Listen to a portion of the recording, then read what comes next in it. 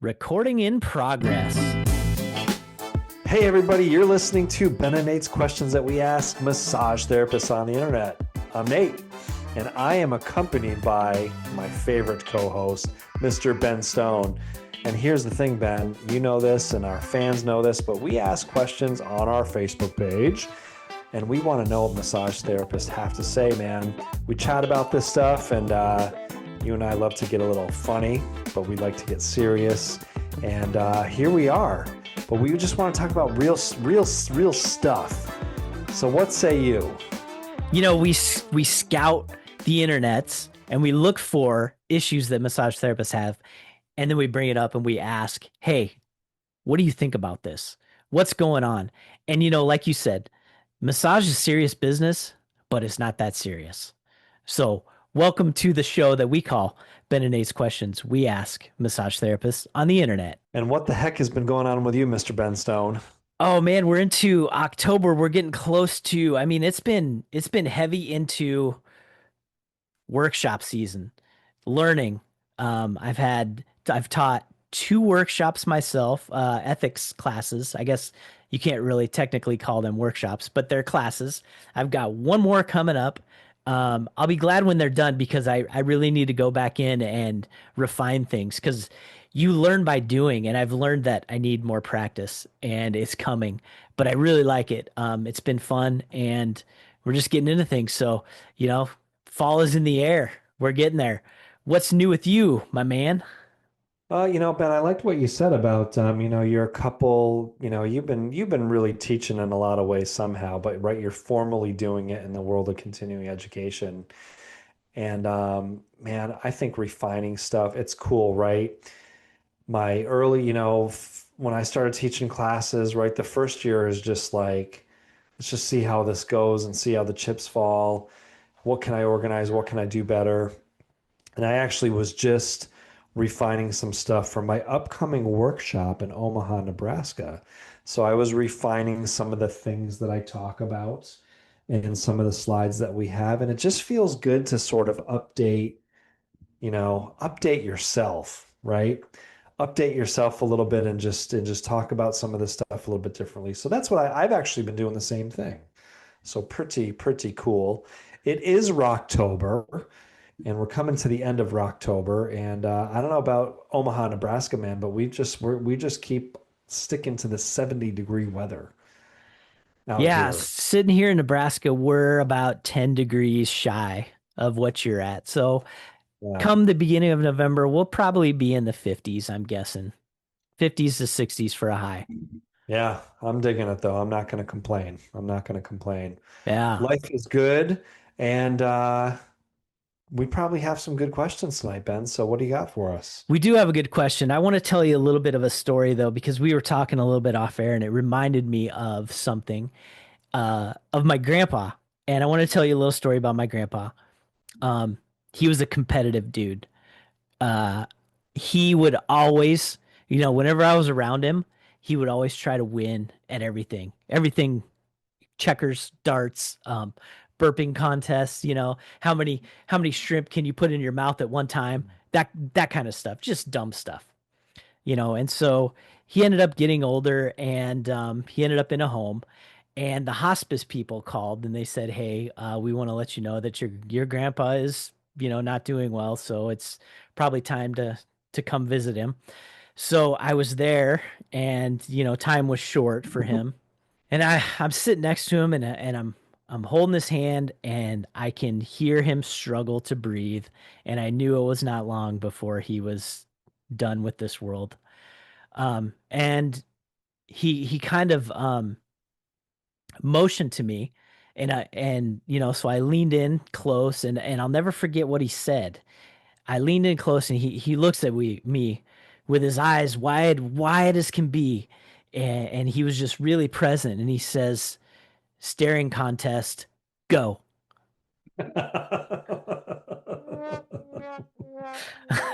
Of course, that's not a real story. That's a joke. That didn't happen with my grandpa, but I like to start a lot of these episodes with a joke, and sometimes I try to make it sound real, but that's not real for those of you thinking, "How could you do that?"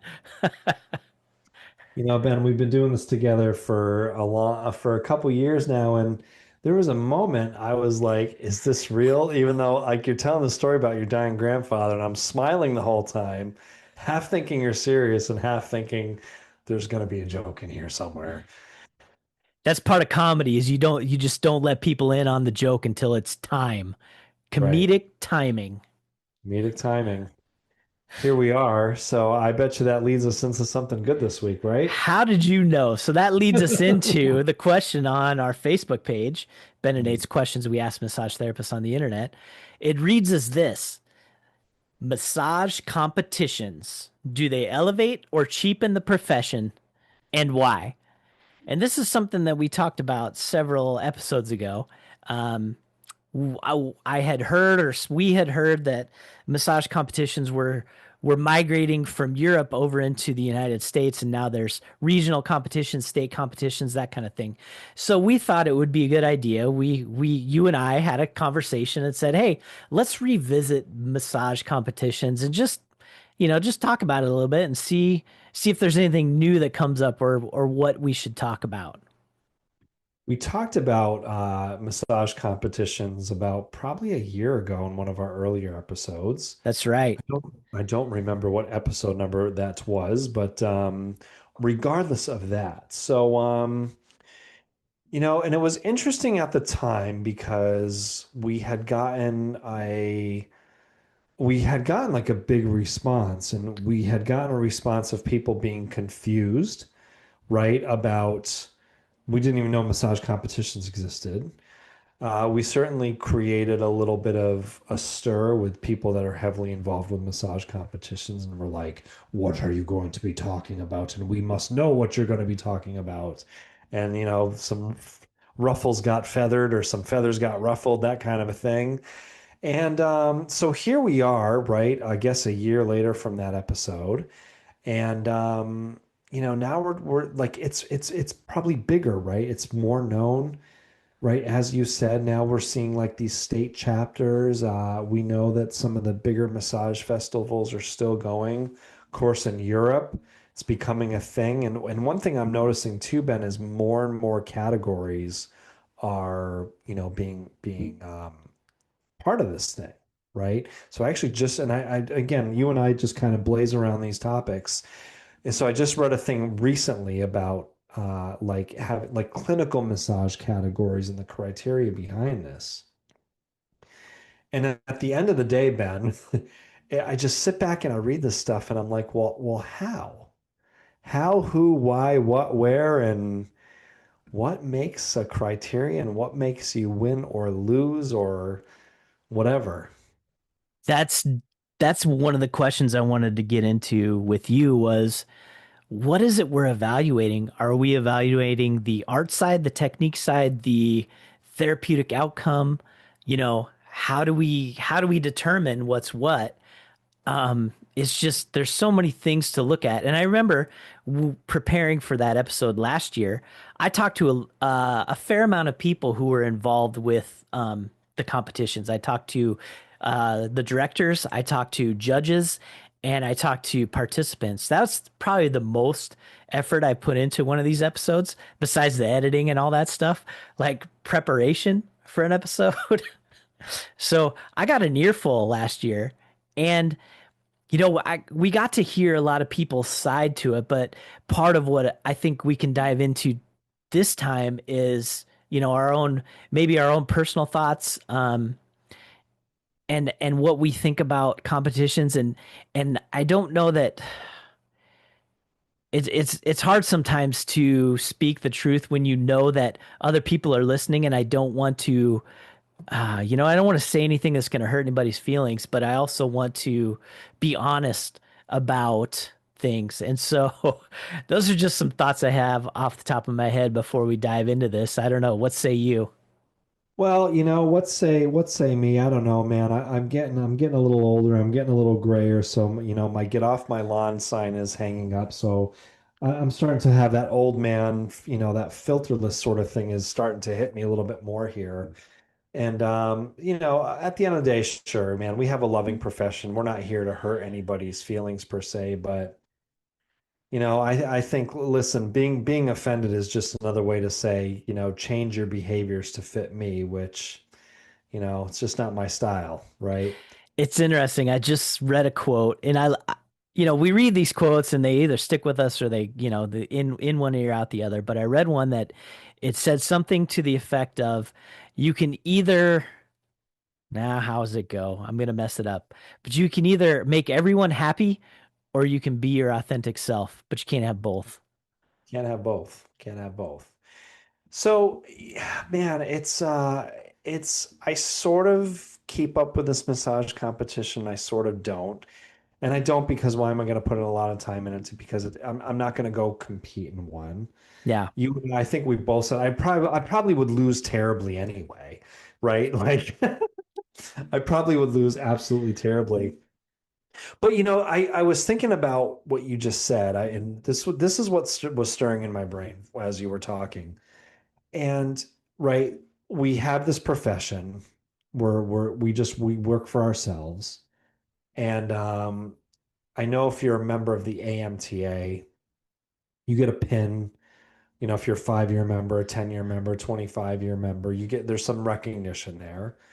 I've been a member of ABMP for, I don't know, a long time, and there's none of that. And then, people have local newspapers that do the best of. So, like, it's cool to get an award. And for 10 plus years, I got an award and I had all my things hanging up. And then ultimately, don't mind me, stuff is just randomly dropping. It is Halloween, Ben, so there's probably a ghost in my studio. But anyway, cue spooky music. So, right, and then I had all these plaques hanging up, and I always was cool that I got the recognition, but part of me, I don't want to say I stopped caring because that sounds like you checked out. I didn't check out, but I was like, what's this doing for me? Like nobody, like I have a full practice, I have a full book. People love me. I'm fulfilled, which is something I learned from Ben Stone this week, right? I'm feeling good. I'm leaving work happy and doing a lot of this for me too, quoting my friend Ben here. And so like I moved my office and I never hung those plaques up again. Nobody noticed. Nobody said a word to me about it. But anyway, it's nice to have like recognition. I mean, I'm coming up on my official 20th anniversary, like the official 20th anniversary in like a couple months. And I'm starting to reflect back on that. But man, there's going to be no party. There's going to be no pin. There's going to be no trophy or award. But, it's like, man, like you got a full book. I guess it's like, who cares? That's not the end of You, the episode, by the way, but it's like, who cares? yeah, you said a mouthful there. You said a I'm lot of sorry. things. I want to go back to, I want to start at the beginning and ask you, let's say you win at one of these massage competitions, first, second, or third. Sure.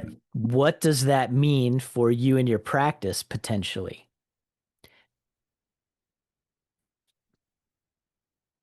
I mean, I The guess silence is deafening.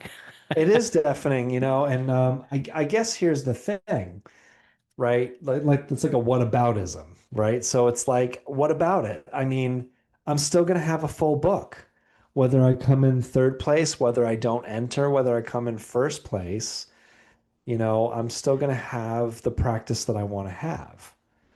Now it is nice, I will say, it's nice for small talk, right? Like your clients, our clients, I think are genuinely interested in what we're doing within our profession. So, like when I teach classes and when you teach classes, Ben, I always say to people, man, post this stuff on your business page. Your clients love it when you went and took a class. That builds Absolutely. that builds their trust and confidence in you. So I guess if you get an award, like, hey, Ben, I won first place in this massage competition this past weekend, and hey, I just want to let you know, and like, oh, that's cool. And maybe your client, maybe there's a new level of like, maybe your client goes to someone else and it's like, well, my massage therapist won first place in this massage competition, right? So maybe you gain some clients from it, right? And we didn't talk, I know this isn't this episode, but then there's a massage therapy hall of fame that exists out there. Hmm.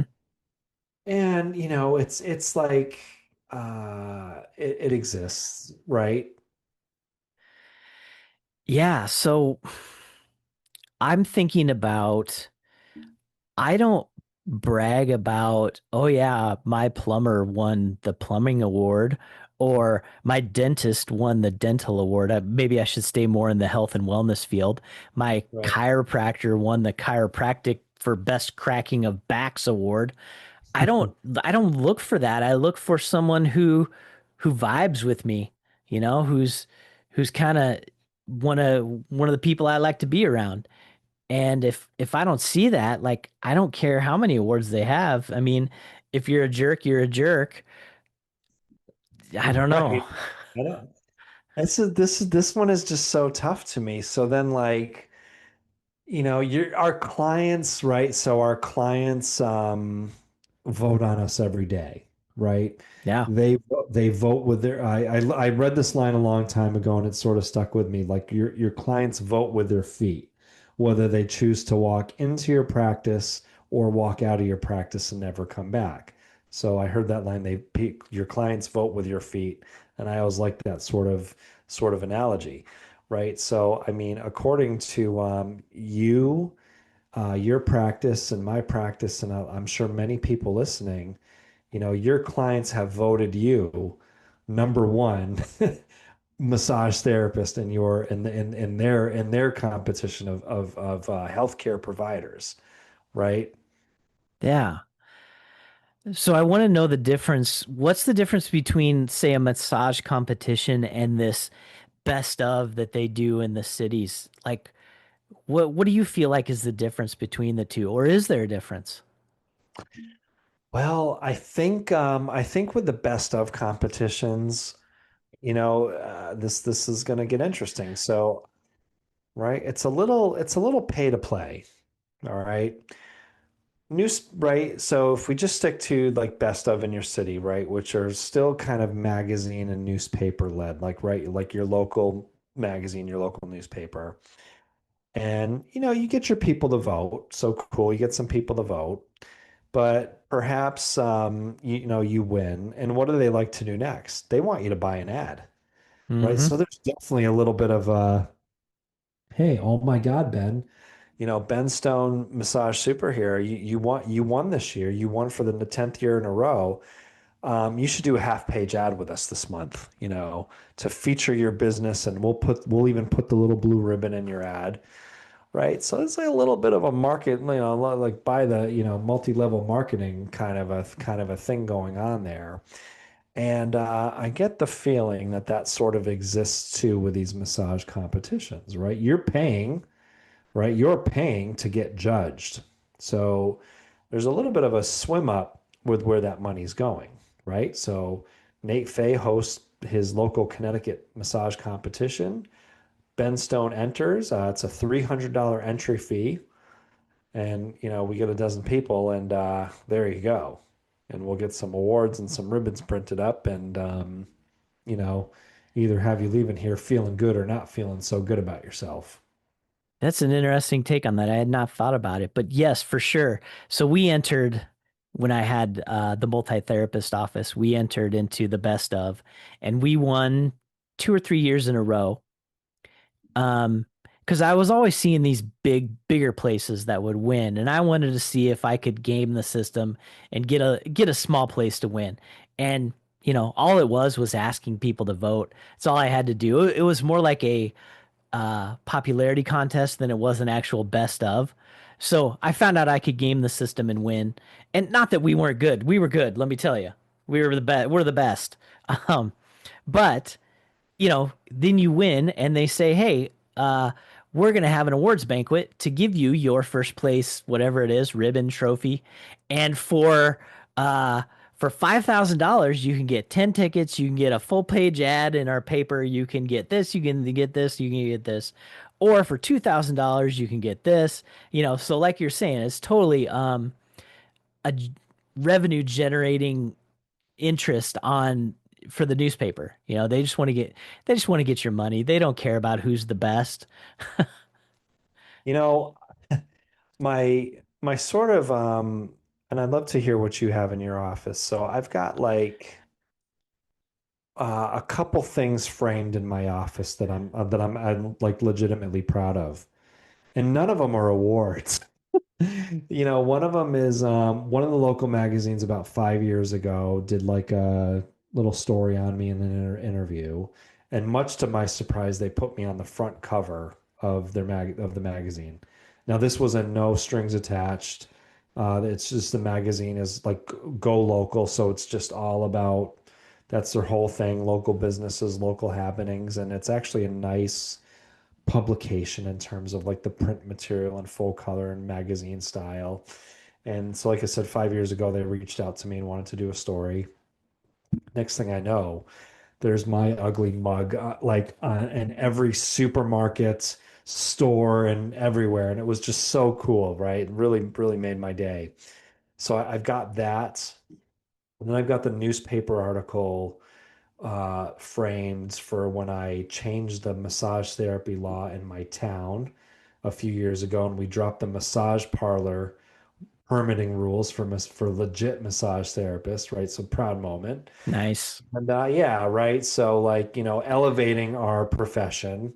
And then of course I had my first article in Massage and Body Work back in the spring issue. So just three simple things from my career, and none of them are awards. None of them are ribbons. None of them are just like whatever. And to me, those were like just such huge accomplishments, right? I couldn't be more proud of those. So what about you, Ben? What's something in your office to maybe, you know, show that you're something you're proud of that's puts you in a good spot as a therapist?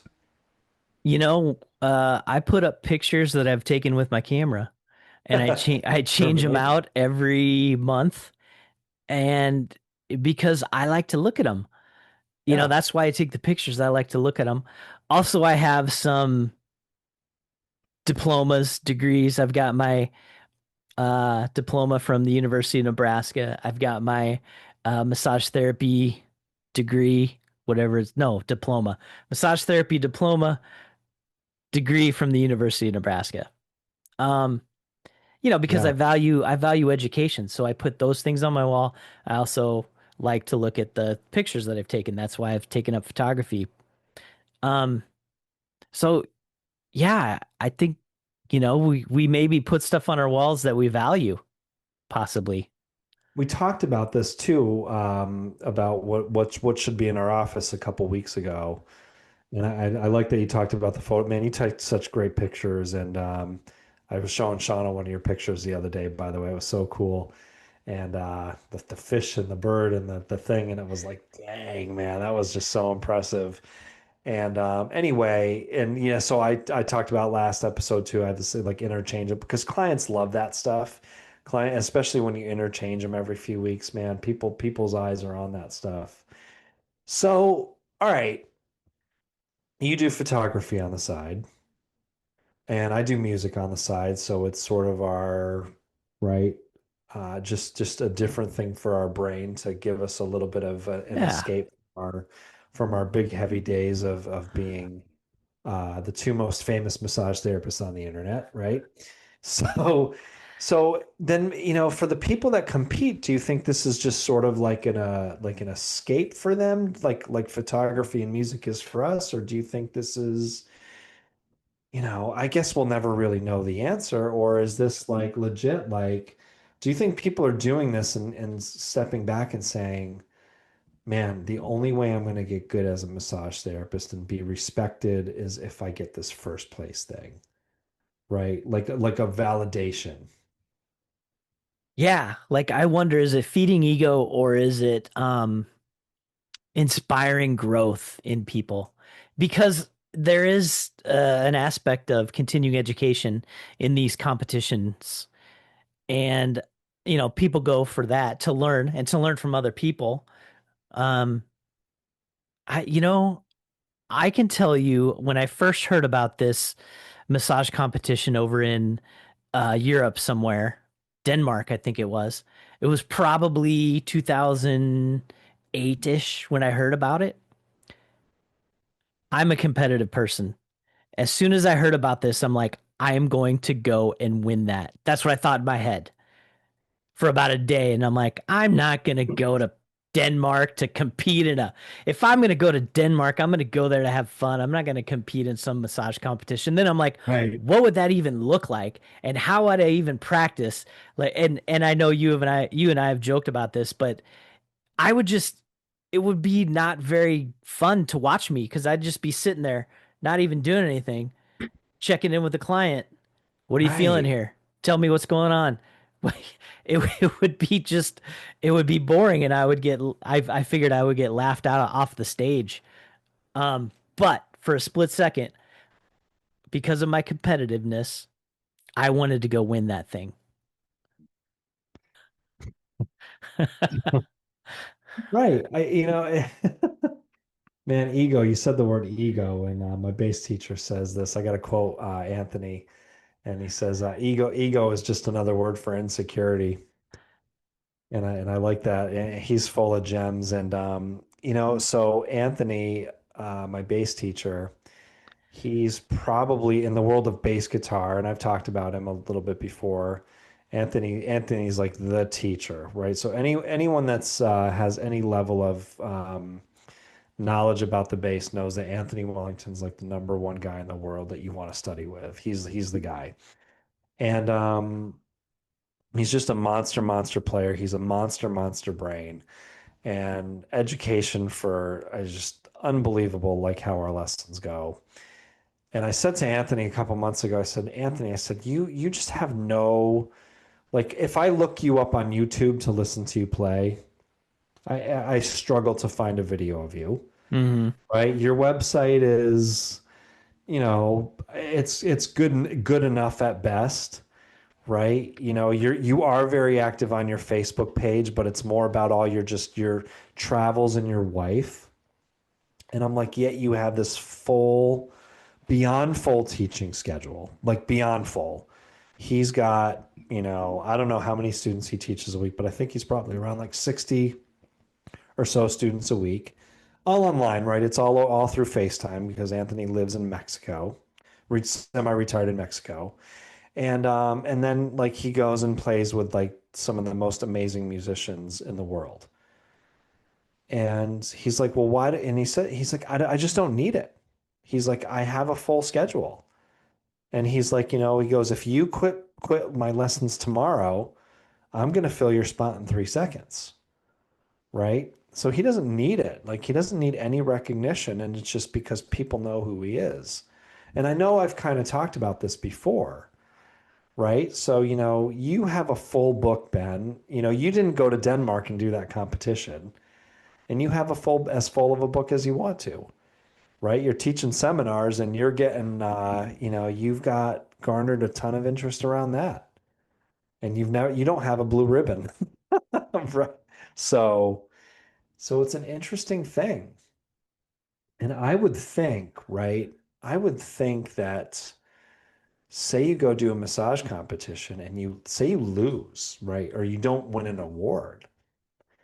Could that be devastating to your career if you've put all your eggs into that basket? Or would it be the origin story of the supervillain?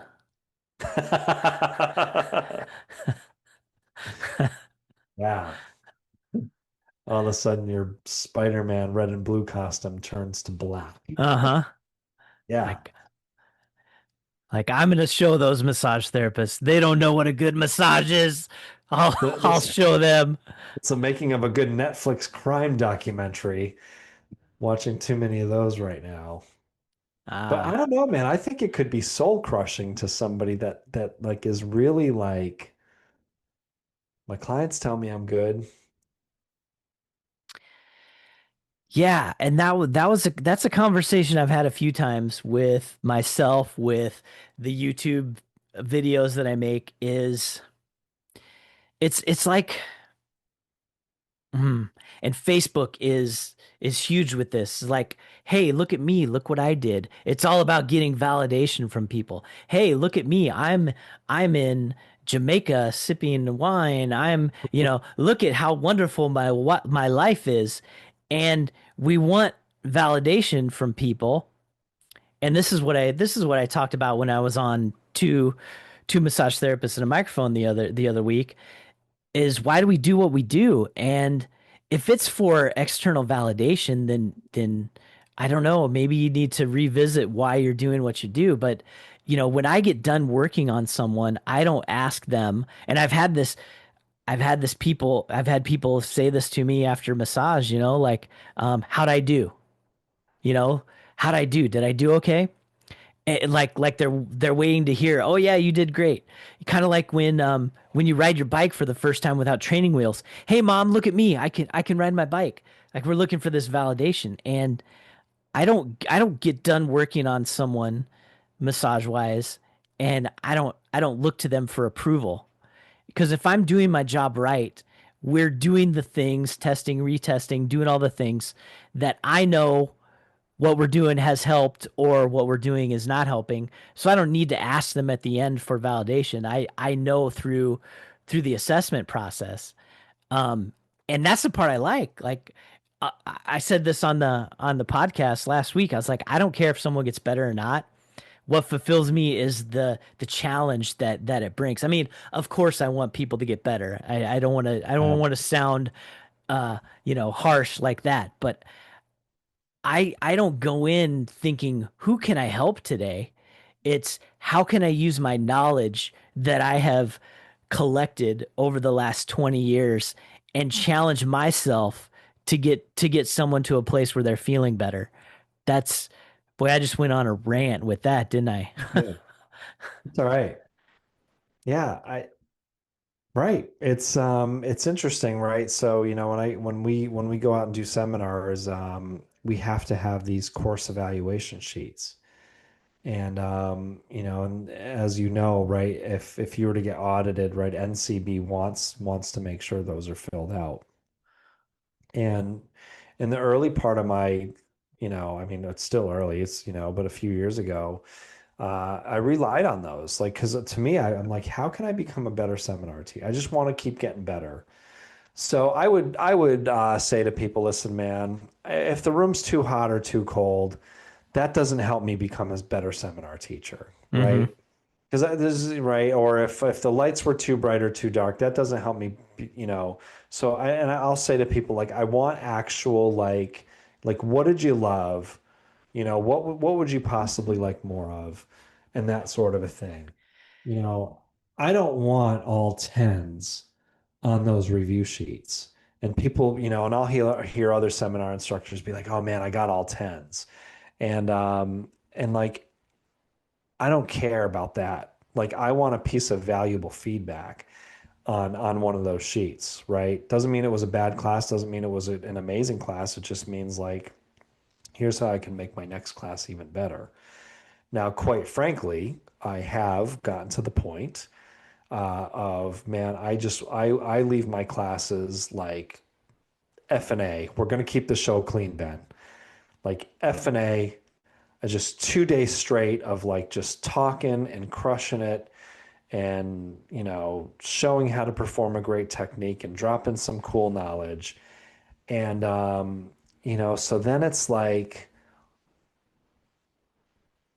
I'm doing it for me, because I feel so good about it.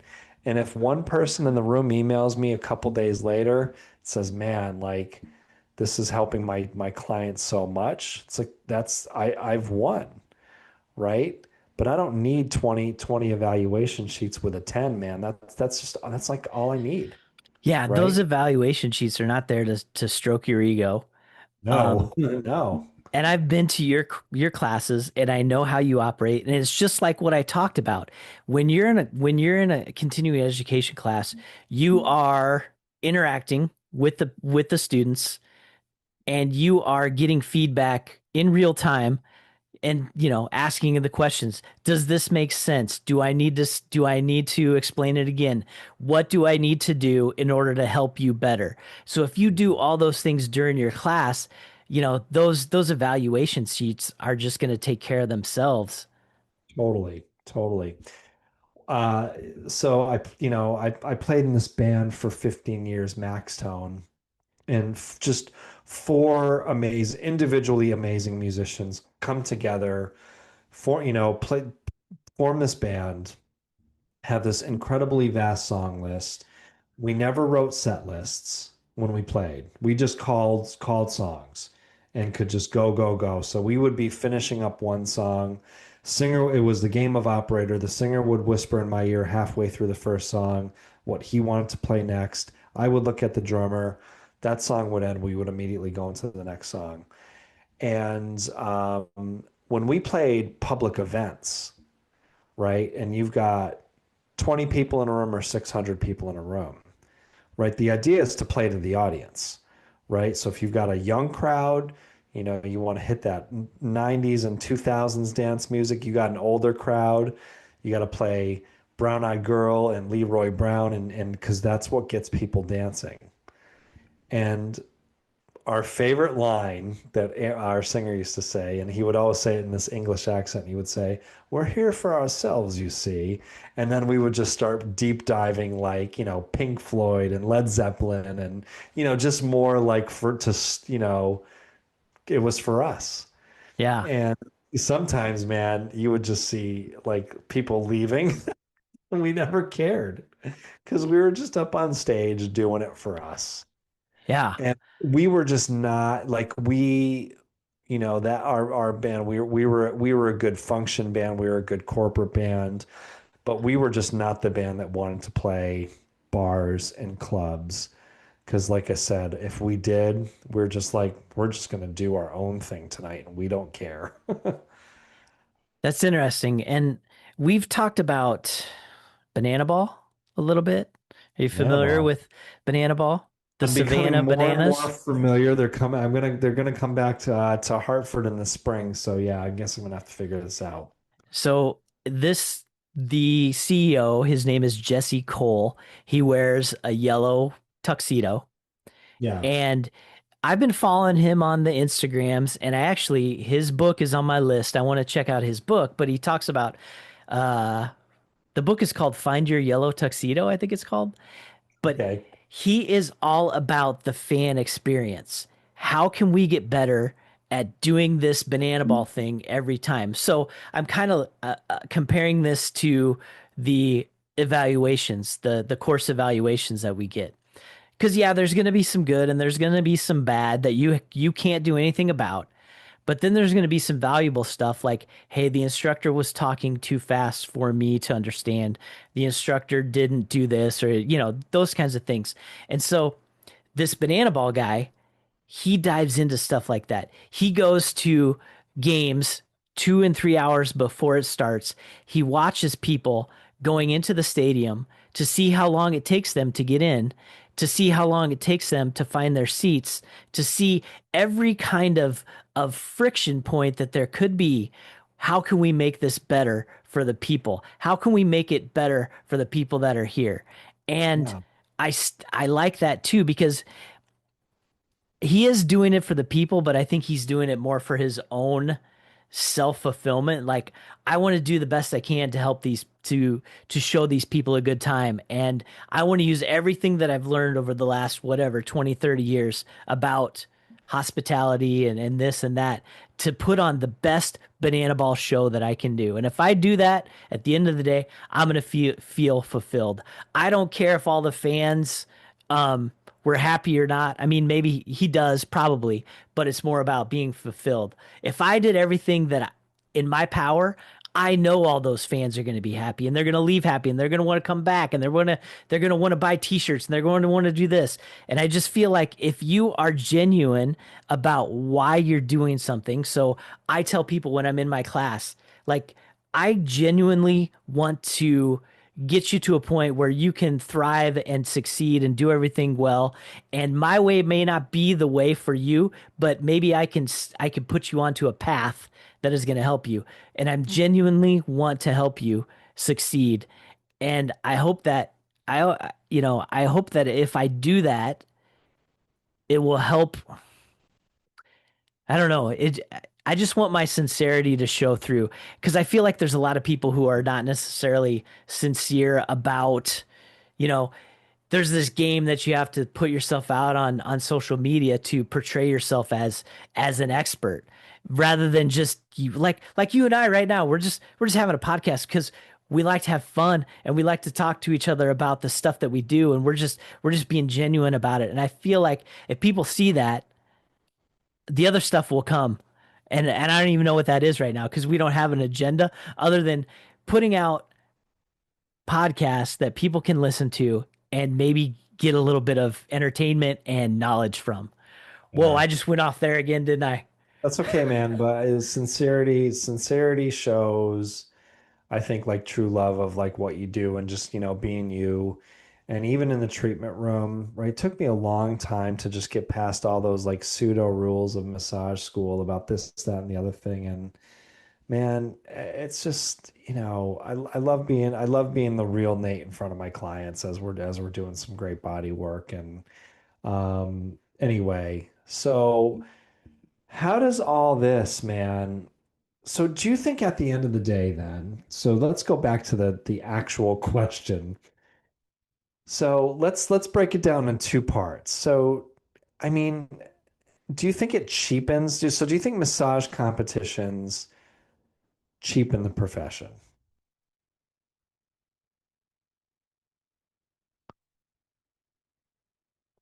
I lost you. There you go.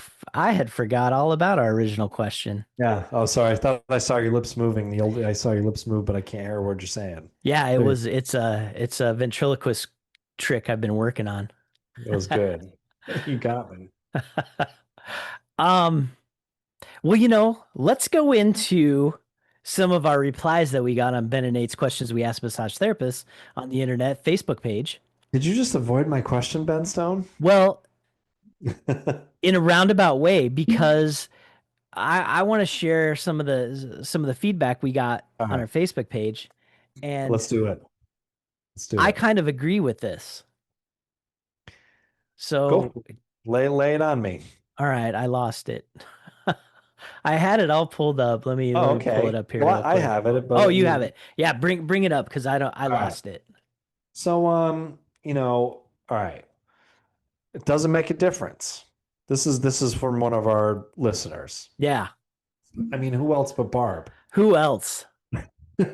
So I would say it doesn't make a difference. Most people outside the profession, this is what I love, have no clue about it, right? So true. So unless you're educating your population on them, people are oblivious, right? Something she would personally never do. And right, part of why she picked it, she wanted a career that she didn't have to be competitive.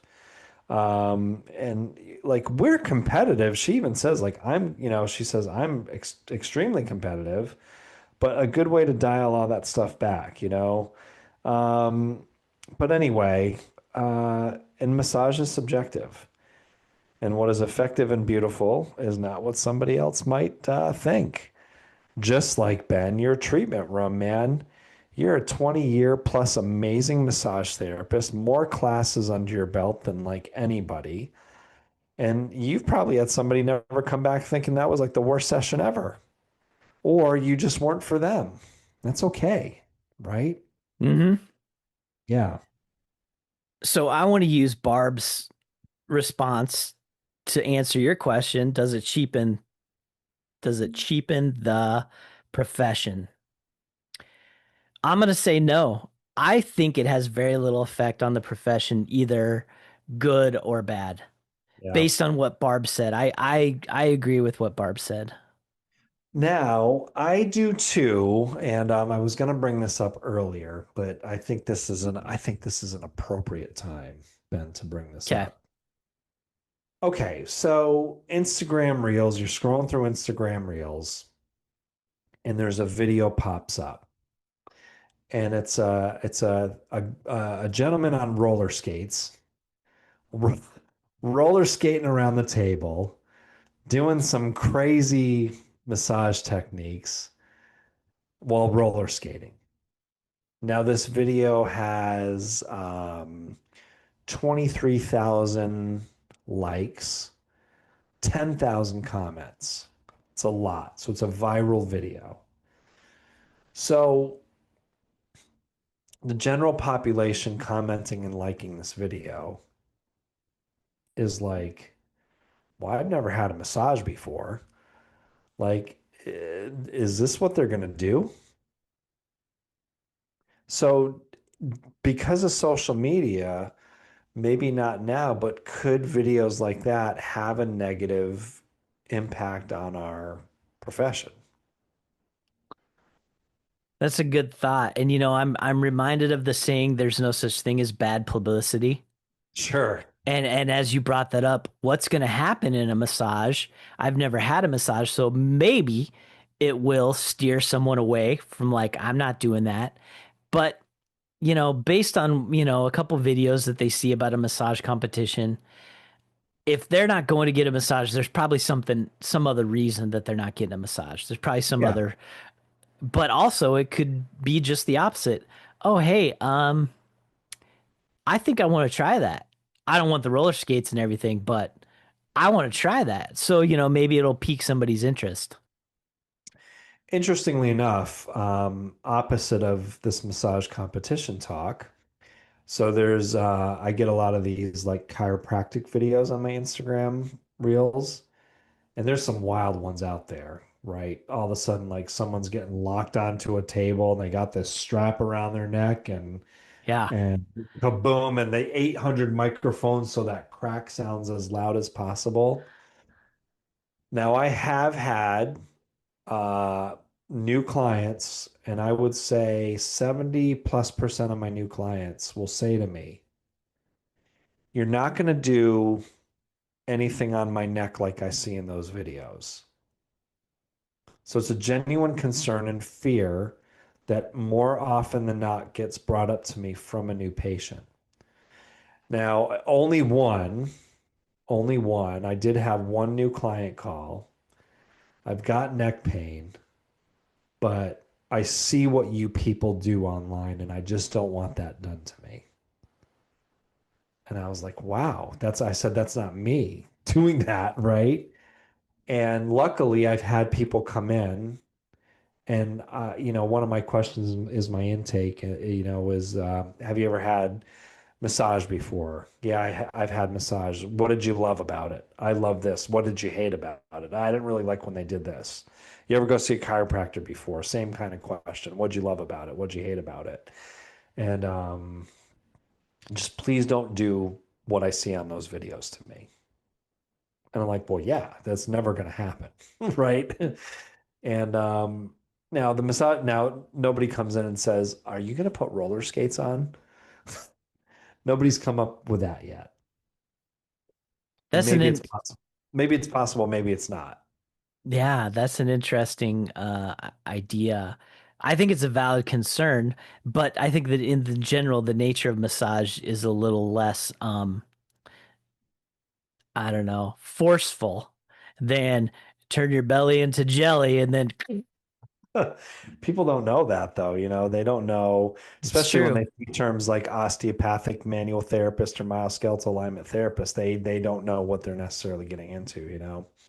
But anyway, Yeah. just wanted to think about that. But yes, Ben, I wholeheartedly agree that I don't think anybody cares. I don't think the lay person cares. I think maybe within our industry, there's infighting and sort of in a lot of disagreements within our industry. But man, our industry seems big to us, but it's really pretty small in the grand scheme of things. Yeah, and there's people in the industry that don't even know that massage competitions exist. I would say it's Still, probably less than 50% of people know that actual competitions exist right now. That's right. just my I made that statistic up, and you know, statistics are typically made up 80% of the time, 100% of the time. That's right. Well, And yeah, man, I don't think they do either, but I think that I do think that it's going to be interesting how this evolves. I think that right from a year ago when we posed this question, you know, not a lot of people knew what we were talking about, but those who did. And I think fast forward a year, there's certainly a lot more massage competitions happening, particularly within the US. You know, it's obviously been a thing outside of the US for a much longer time. So it'll be interesting to see what the next maybe 3 to 5 years looks like for the growth, for the potential growth of these sort of events. I want to try something with you. I just thought of this. I hope it's not the mystery wheel. Nobody knows about the mystery wheel but you and I. We'll bring That's that up. right. We'll bring that up in the future. No, I want to. What if Ben and Nate were to create their own massage competition? What kinds of things would be included in Ben and Nate's massage competition? And Mm. so here's what I'm thinking. I'm going to throw out some ideas. This is a work in progress, and maybe in the future we'll hammer out all the details. But I want to throw out stuff that you can actually judge on, like who gets their sheets the cleanest, or who can change the sheets on their table fastest. I I saw a video like that. I did see a video like that about the fast changing sheet guy. I did see there that does exist. You know, now that you say that, I did come across a hotel chain that had a competition on who could Oh, that's change what the it was. That's right. That's why it was a hotel thing. It wasn't a massage thing. It was a hotel thing. and they were very particular about it. Like you had to be able to bounce a quarter off of it, and there had to be no wrinkles, and uh, there could be all kinds of things. And I feel like it wouldn't be a competition about the actual techniques. It would be, who is better at taking clients' money faster, or stuff that you can actually uh, judge. Do you have any Well, you know, ideas? my amazing mother, I don't know. I think she won the competition on getting my massage sheets the cleanest. She does my laundry for my office, and those things come back freaking military, like clean as a whistle, and I mean wrinkle free and folded like nobody's business. Now, back in the day when I was doing my own laundry, I could fold a fitted sheet like a champ. See, there's another competition right there. I cannot fold a fitted sheet to save my Oh life. man, I'm like so good at it. It took me a long time, and yeah, I'm pretty proud of my fitted sheet folding skills. Nice. We could also have a competition on who can clear off germs off of a table the best. Cleaning competitions. I mean, the list could go on, and it doesn't even have to deal with actual hands-on work. Whose hydraulic faster goes up or down faster? That's a good Like one. table, right? Yes. I A think you hydraulic table race. Who goes from the bottom to the top the fastest? I think you and I need to have one of those. I think we should set that up within the next couple months because Ooh, mine goes pretty fast. maybe we can challenge our good friends, Mark and Amanda from Two Massage Therapists and a Microphone. Maybe we can challenge them to who can have the longest podcast, massage podcast. That they're pretty stiff competition. Yeah, they kind They're of pretty good are. at that. Yeah, they are good at that. Never mind. Okay, well, let's see what else. Yeah, those could be some criteria for you. So I'm going to throw this out there for everybody listening. What would you put into a massage competition? If you had to create your own competition, how would you make it? What would you do different? What would you do the same? Let us know down in the comments. Send us a private message if you don't want everyone to see your ideas. Start the conversation. Ben, I got one more. Okay. And I don't know why I'm thinking about that movie, National Lampoon's Vegas Vacation.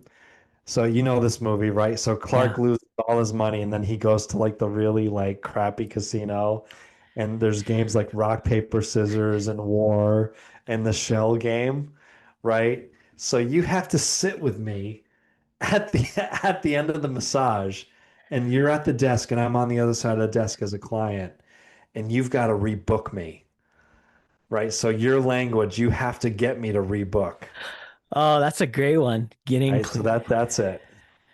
Getting Can clients to you rebook. can you rebook me? What are you gonna say and what are you gonna do to make me come and see you in 2 weeks? Oh, that's fantastic. We're gonna have a great competition put together in the next couple weeks. And once again, by the way, none of those things included putting your hands on anybody. And we've had a few podcasts where we've talked about how massages, touching people is the least important part of our job. And our competition, Ben, that we're building is proving just that. It is. It's way easier to quantify and to judge, like you can actually put numbers to it and find out who's doing better because you can see it versus, therapeutic change. I mean, how do you judge that? Yeah, man, totally. So at the end of the day, they're not elevating, they're not cheapening. People are just gonna, sounds like just go do their thing and have fun and hopefully whatever they're doing, they're getting some sort of fulfillment out of it. But I truly hope, I genuinely hope that if you are participating in a massage competition and you don't leave with an award or you leave with third place and you were hoping for first, man, don't let that dim your fire and love for your industry. Absolutely. If you participated in a competition, let us know because we want to celebrate what you did. Whether you got first place, second place, last place, we don't care. I No think it's place. awesome that you decided to put yourself out there and try this because it's fun potentially. I mean, listen, man, you want to talk about losing contests every day. Just have a 15-year-old, just have a 15-year-old. But every day I leave and I don't win any awards. I think I lose most days, but I still walk out and I say, I'm a damn good father. There you go. That's right. So Ben, listen, man, I don't think we lied because at the beginning of this podcast, we introduced our show and we said that sometimes we get serious and sometimes we have some fun. I think we accomplished both tonight. I absolutely think so. I don't think we hurt anybody's feelings either. I don't know. Well, so this so this brings us to we need you to review our show. And I guess if we get a 1-star review, we hurt somebody's feelings. That's right, but that gives us an opportunity to recognize and evolve. That's So, right. Nate and I were talking earlier. If you like what you're hearing, if you like what you're seeing, share with other people, let them know. But also, we need to get some reviews, kind of like Google reviews, but it's through Apple Podcasts and Spotify. So, if you can interact with us on those platforms, also, we have it up on YouTube podcasts. YouTube, yes. Yeah, man. So But we're still pretty young in this whole podcasting thing, and so we're navigating the waters. So when we find things that we can do better, we're gonna do them better. And when we have things that we need your help with, we're gonna blast that out there and say, hey, give us some stars. We could really use your stars, the ratings. we sure can, man. So we love that you listen. So Ben, I'm going to ask you the question tonight, man. How can people you always ask me, how can people support us? How can people support us? Just like I just said before, go to our Facebook page, Ben and Nate's Questions We Ask Massage Therapists on the Internet. Find a question you like, give us your feedback, and let us talk about what you have to say. And you know what? If we like you enough, we'll talk about you and we'll even mention your name. If we just kind of notice that you've been around, we might wait until we mention your name, or we might even invite you onto an episode in the future. But yeah, Yeah. interact with us. That's the best way to support what we're doing. Thanks for listening, everybody. This is another awesome episode of Ben and Nate's Questions That We Ask the Massage Therapist on the Internet. We'll see you next time.